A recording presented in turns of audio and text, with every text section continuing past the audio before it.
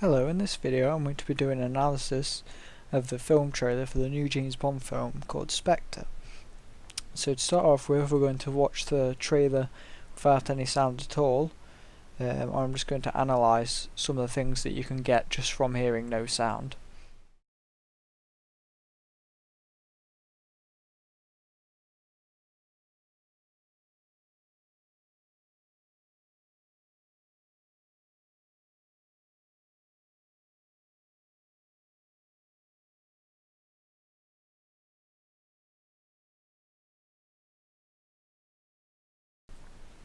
So to break that down, it starts off with this establishing shot here of the city where this first scene is obviously based in. It then goes over to this shot, which features a lot of things related to death, which hints at whether this could be quite a dark film. And it's actually showing a festival, so you know it's a busy place where this problem might occur. The colours used in this shot are very dull and washed out, and the dust, as you can see in the background, makes it look more mysterious, and it wonders what's going on, as you can't really seem to find a main focus of a character at this stage, which makes you search the crowd of people for someone that could be the main character that you need to focus on. After this shot, it goes to this one, which follows the back of the first characters that you see, this woman and the guy dressed in a skeleton's outfit with a top hat. This makes you wonder who these characters are, and wonders whether they're going to be one of the main focuses of the film. We then get introduced to this character, which if you've watched the previous James Bond, Skyfall, you will know straight away that this character is the new M, after the old one died in the previous film. This is already associating actors with characters in the film, which suggests what this film is straight away. The way it's shown in this shot looks as if he is speaking to someone, which makes it wonder whether he is speaking about the events that are being shown in between this in Mexico.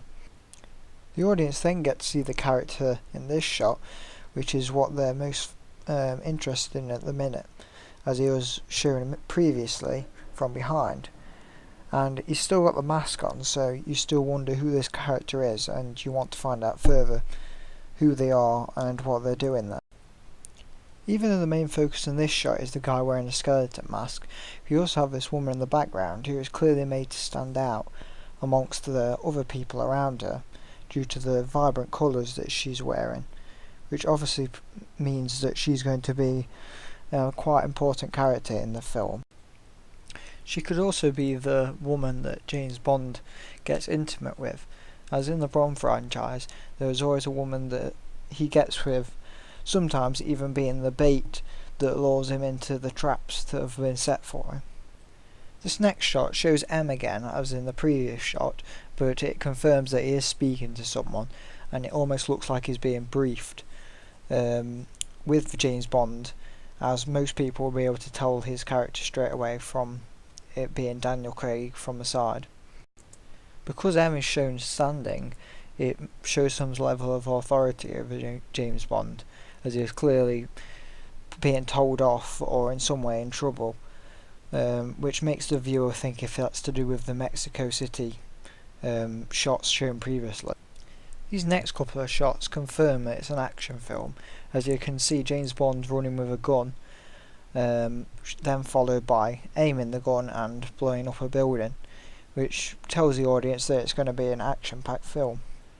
Also notice in this shot how he is definitely in Mexico City, like in the previous shots with the main protagonist, so it makes you wonder if he is chasing that guy.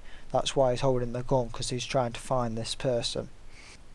To finish the introduction, if you like, to the trailer, we see the main character, which most people would have gathered by now is James Bond, as he has already been shown several times in the previous scenes, and he's just shown to what looks like make a little smug comment or something, even though he looks like he is being told off by his superior, who was M in this scene, which is one thing that Bond's known for, making his little witty comments in between, so this shows that there could be a sense of humour in it as well.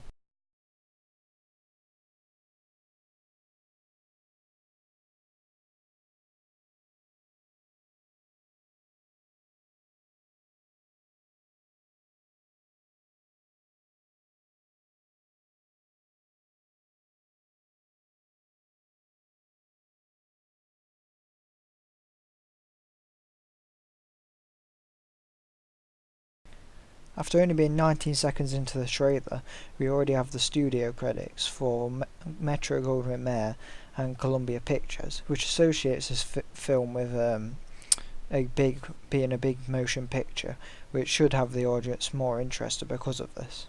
The first studio credit for the Metro-Goldwyn-Mayer is shown by a zoom out and a quick fade out, followed by a quick fade into the Columbia Pictures, which then just has a clean cut straight to the next shot. The reason these are shown so quickly is so the studios are still credited, but they don't distract from the story that everyone should be focusing on as part of the trailer.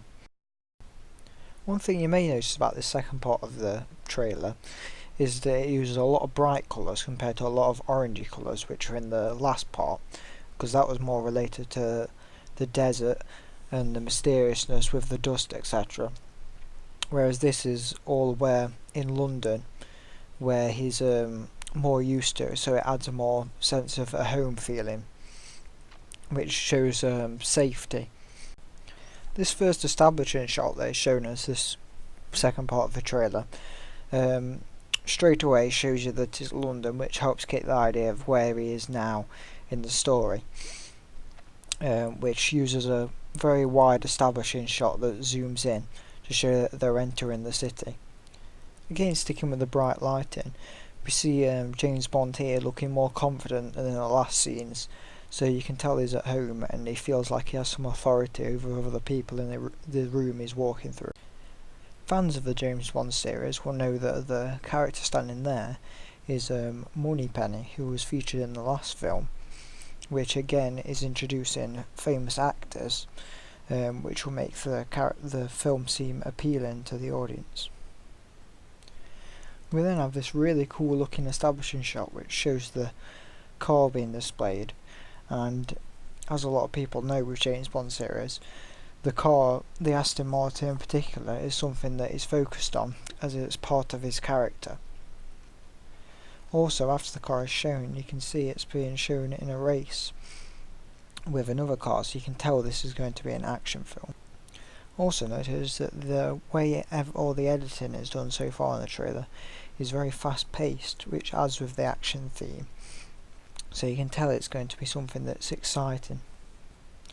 In this shot here we have a mid shot which shows them sitting back to back, which shows that they're obviously up to something and they're trying to act inconspicuous. This shows that there could be a plan or something that they're trying to concoct between the two of them. This part of the trailer continues with the theme of quick cuts, which keeps the pace of the trailer still going. Now in this part of the trailer we're now in a snowy environment, so we definitely can tell that the James Bond film is going to be set in different areas of the world. Now here in this shot we have an extreme close-up of this ring with this symbol. Now this obviously shows that there's something significant about this, and it's obviously something related to the film. Yet again here we're introduced to a new scene which does the same sort of shot as the previous ones, an establishing shot that zooms in. Another part of this trailer shows that it is going to have a Bond girl, as it's called, in it, which is the female that James Bond seems to be intimate with in the film. Here we have some very quick fade in and fades out as this character here attacks some of these people, which again adds to the aspect of it obviously going to be an action film. Also, the way this guy here walks into the room proves that he is obviously someone that is important, the way he slowly enters the room with the dark shadows on his back. Now from this part of the trailer we start to have a lot of fast cuts and a lot of action going on, like the shooting we have here, which is obviously showing this as part of the climax of the film. The fast cuts also make it hard for you to completely focus on one thing, as your eyes are always switching between the several things that keep going on every second. It keeps switching, which makes it action-packed and adrenaline fuel for the viewer, so it keeps them excited as they want to know what happens. However, the viewer won't be given the new equilibrium because they don't want to spoil the film. There's also a variety of shots used as well. There's the establishing shots for like when the plane's flying by the side of it, or long shots just so it can get the car and the plane in the same shot. Then also close-ups to show the reactions of the guns and things firing around these actors, or characters should I say.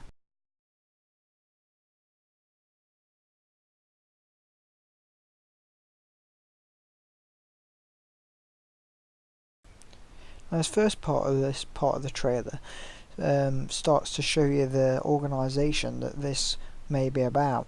I've already seen the symbol previously, but now we see this table with all these people stood around, followed by this symbol that we see on the laptop that Q is looking at.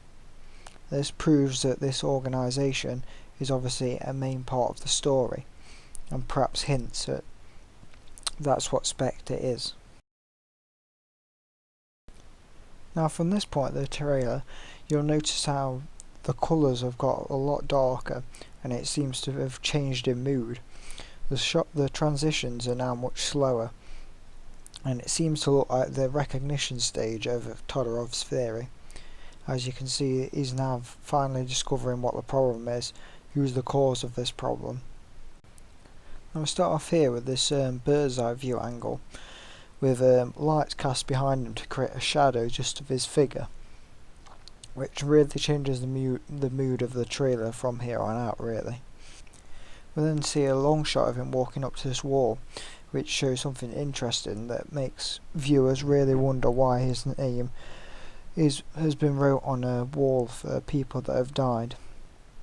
This creates suspense for the audience, as they don't know why it's on there, so it'll make you want them to go watch the film to find out.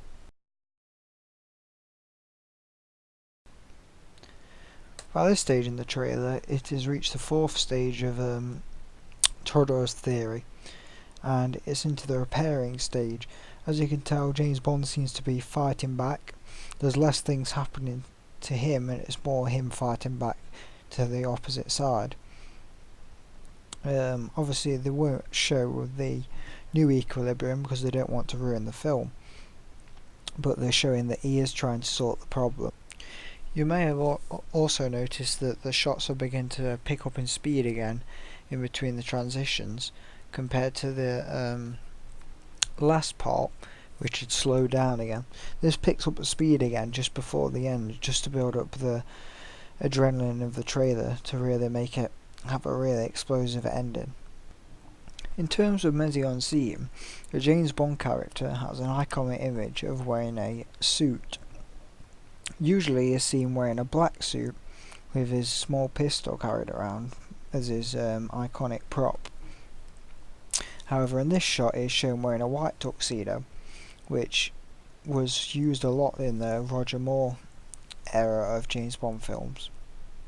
So this is used as a reference back to the old James Bonds if you are an older fan, which attracts a wider audience for the film. For cinematography, a lot of the effects that you see in the trailer are actual real stunts. Like this one here isn't CGI work. They actually used real flames to get the most effective effect. This makes it more realistic for the audience that are watching, and makes it more nerve-wracking knowing that it is a real experience. The shot used here uses very bright colours against black clothes that all the characters are wearing. You then see this guy here that is obviously some sort of villain in the film, as he doesn't turn around, he just suspects that James Bond is there. It also makes him seem suspicious and wonders why the producer hasn't let you see his face yet. Shortly after, we finally get to find out who the main protagonist of the film is, as he is clearly shown here making James Bond down on his knees surrounded by the guards that attacked him at the beginning of this shot. When applying Todorov's theory to this, you realise that the new equilibrium still hasn't been shown. And even though before you thought he might have been trying to repair it, you see James Bond is now captured, so it makes you think if he'll be able to repair it again to come up with the new equilibrium. This leaves the viewer wanting to go see the film to resolve the issue and find out what actually happens. In this brief shot I have here, we do however have M arriving with the police, which wonders if they're going to be part of the way to resolving the issue, or whether they're after James Bond to bring him back in if something is done wrong like at the beginning. Now, to finish the end of this trailer, we have James Bond shoot, which lands in the Spectre title.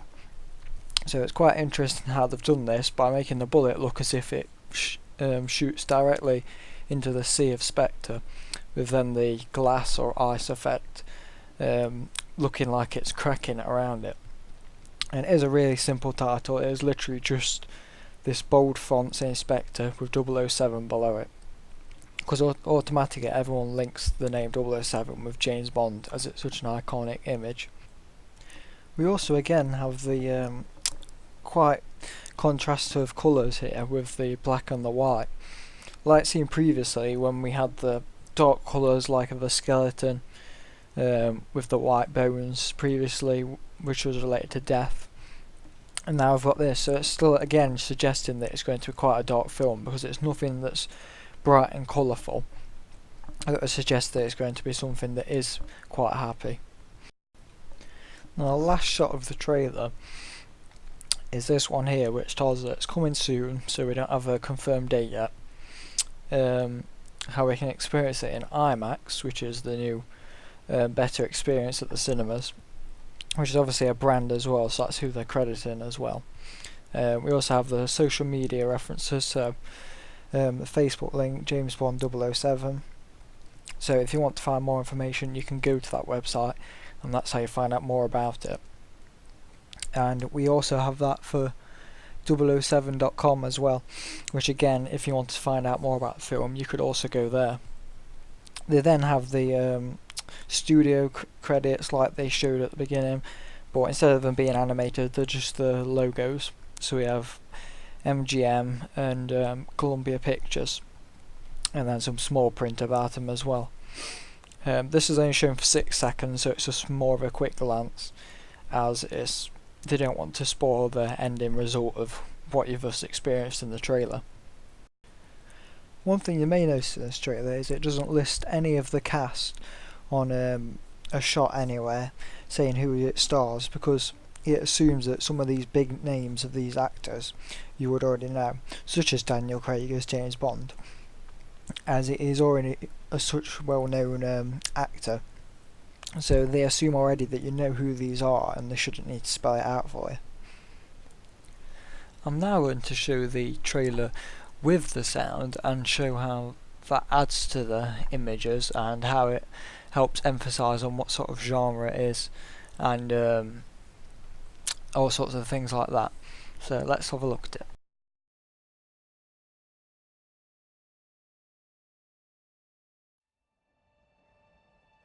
You had no authority.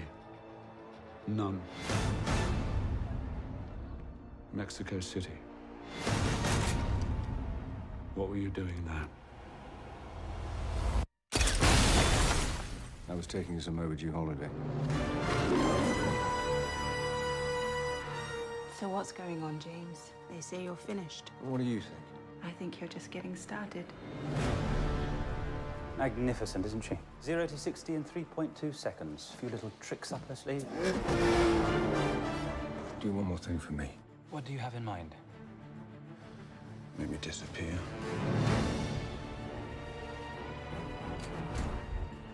Tell me where he is. He's everywhere. If you go there, you're crossing over to a place where there is no mercy. You're protecting someone. Get away from me! Why should I trust you? Because right now, I'm your best chance of staying alive. This organization. Do you know what it's called? Its name is Spectre. Do you know who links them all? Me. Welcome, James. You came across me so many times, yet you never saw me. What took you so long?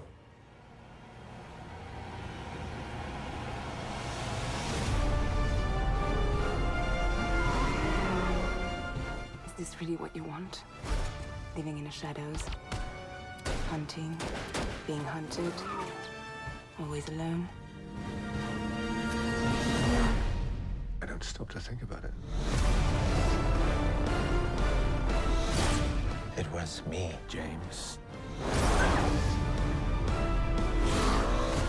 The author of all your pain.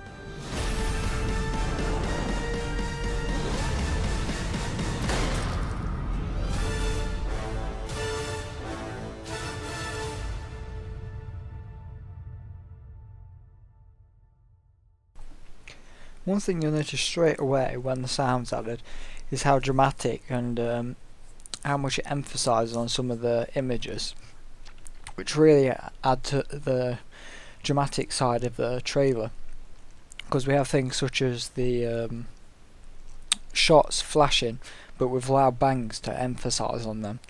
These loud bangs are clearly obviously not part of the story and are not intended to be. They're actually non-diegetic sound, just to emphasise on that shot overall. So here's an example of one of them used at the beginning. You had no authority. None. Mexico City. What were you doing there? At this beginning bit with the intro, you also notice how the sound is very tense, the music that is used.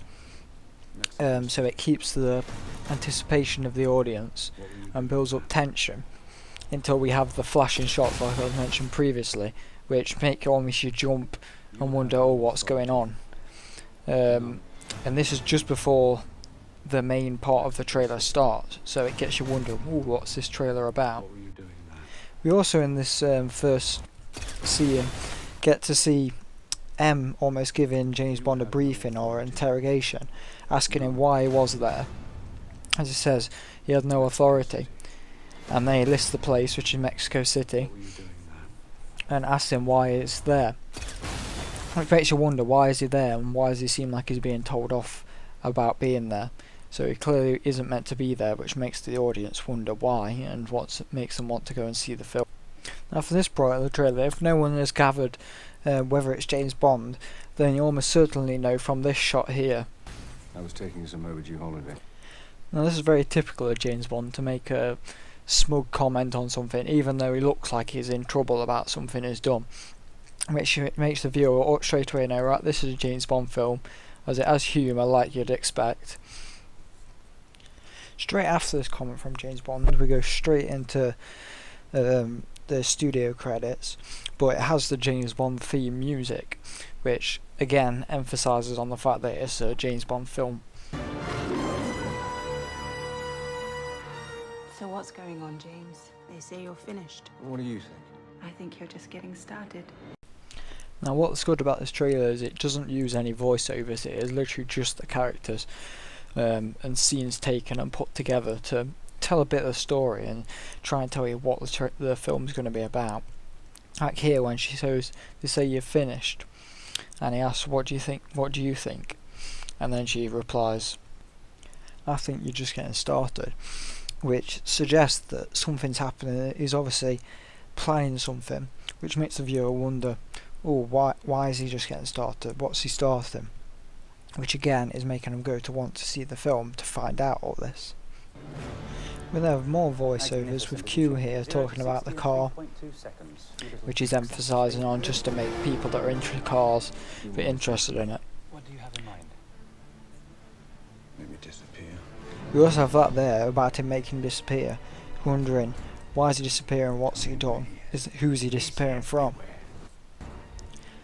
Tell me where. We also have this shot, It's everywhere. which is them showing the logo and referring it to as a him. So we clearly know that this main villain of the film is obviously a guy, and he's in some way related to that logo, which later on we also see again them talk about. So it's obviously a big main thing. Now in this shot here we have the character that obviously James Bond gets close to in the film, who's almost like narrating, except the audio is actually took from another shot in the film, which clearly puts out that she's obviously going to have a big part in this film as she gets close to Bond in it. But she's saying it's a place of no mercy, so it makes you wonder, why is she involved? How does she know this? So it could be a bit of a twisted plot where she ends up being someone that knows too much and is actually on the other side, and it's all just a big trap. This again just makes you want to go see the film to find out how she's involved with it. If you go there, you're crossing over to a place where there is no mercy. Now this next part here, we have some non-diegetic sounds again to emphasise on the sounds that sound like bullets here. Why should I trust you? Which, even though sometimes there's no one actually shooting, it actually makes it seem more dramatic, because these are clearly not part of the shot. However, it's been made in the music to make it more dramatic overall. Now this next shot shows the organisation that it's about, and it actually talks about Spectre, which is the name of the film, which helps you have some association with the title and try and answer a bit of it, not giving you a new equilibrium, but it's giving the viewer a bit of inside information into what this film is about and what is Spectre, which, as you find out here, is an organisation. And again, it refers to the logo that you see again. This organization, do you know what it's called? Its name is Spectre. Now after this we have a shot that says, "And do you know who links them all?" And they have James Bond saying "me," which makes you wonder, there's a bit of a plot twist here. Why is he related to this illegal organisation? Which again is making you go, right, I better go watch the film to find out what he has to do with it and why his name is wrote on this wall. Do you know who links them all? Me. Now after this bombshell has been dropped, we have a really different change in mood due to the music. It goes very quiet, and it just plays a very simple version of the beginning of the James Bond theme. This builds it up whilst the one of the main characters that seems like the main villain of the organisation talks about him always seeing James Bond this whole time, and he didn't even know he was there. It then finishes with this very good shot between the characters of him turning round after him being revealed out of the darkness, showing his character as you've not actually seen him up to this point. The way they do this shot with the lighting is they have so it's just a shadow sat at the head of this table, so you can tell it's someone important, and then as he turns around his face is lit up so he can see him for the first time, which is a very good lighting technique as it builds up tension until the audience get to see who it actually is, with a slow zoom onto James Bond's reaction to seeing him. Welcome, James. You came across me so many times, yet you never saw me. What took you so long?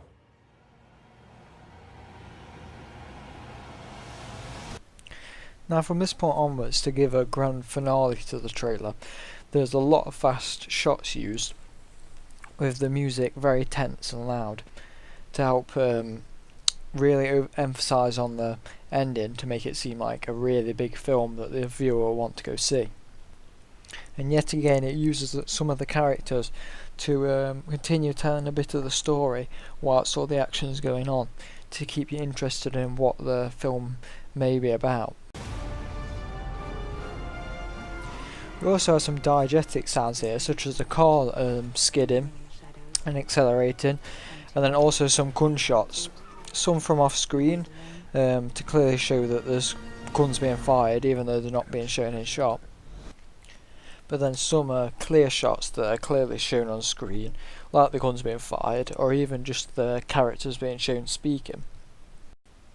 Now this next shot is, as it's right at the end, all the music, it gets even more dramatic and it's all very loud, lots of things going on, but we also have a little voiceover again, just some dialogue taken from the film of the main character saying that he's the author of all of James Bond's pain, which makes the audience wonder, alright, so why is he the author of his pain? What has he done? What relation does he have to James Bond? Which makes you want to go find out. It was me, James.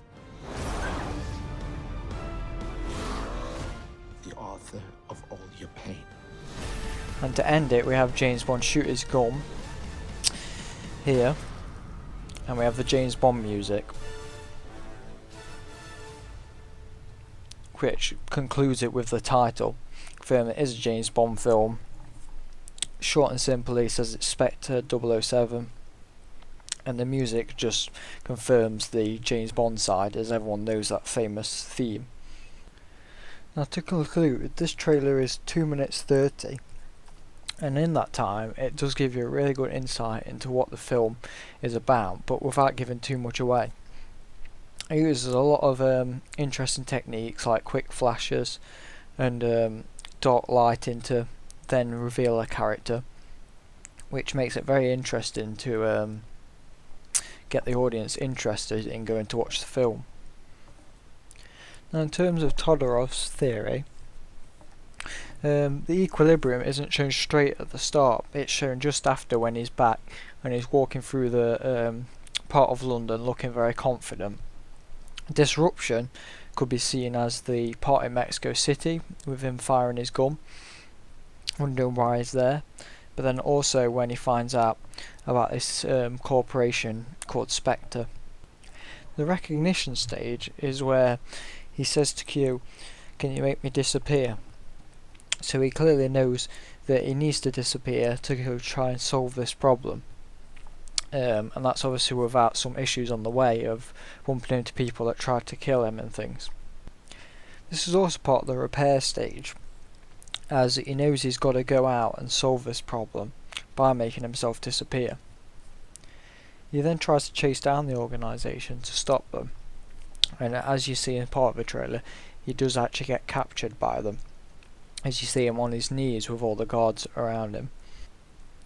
Now the trailer doesn't give you the new equilibrium because it doesn't want to spoil it, so it leaves it on a bit of a cliffhanger of whether he'll escape, as you see a lot of action of him being chased by a lot of people, which overall leaves a good cliffhanger for you to, or for the audience to want to go and see the film, to give some conclusion to how he makes it out alive, if he does at all, and how he's going to set things right.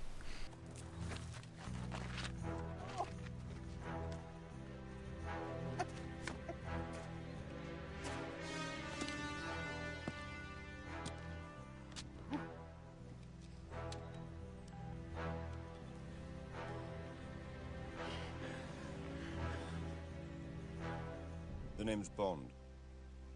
James Bond.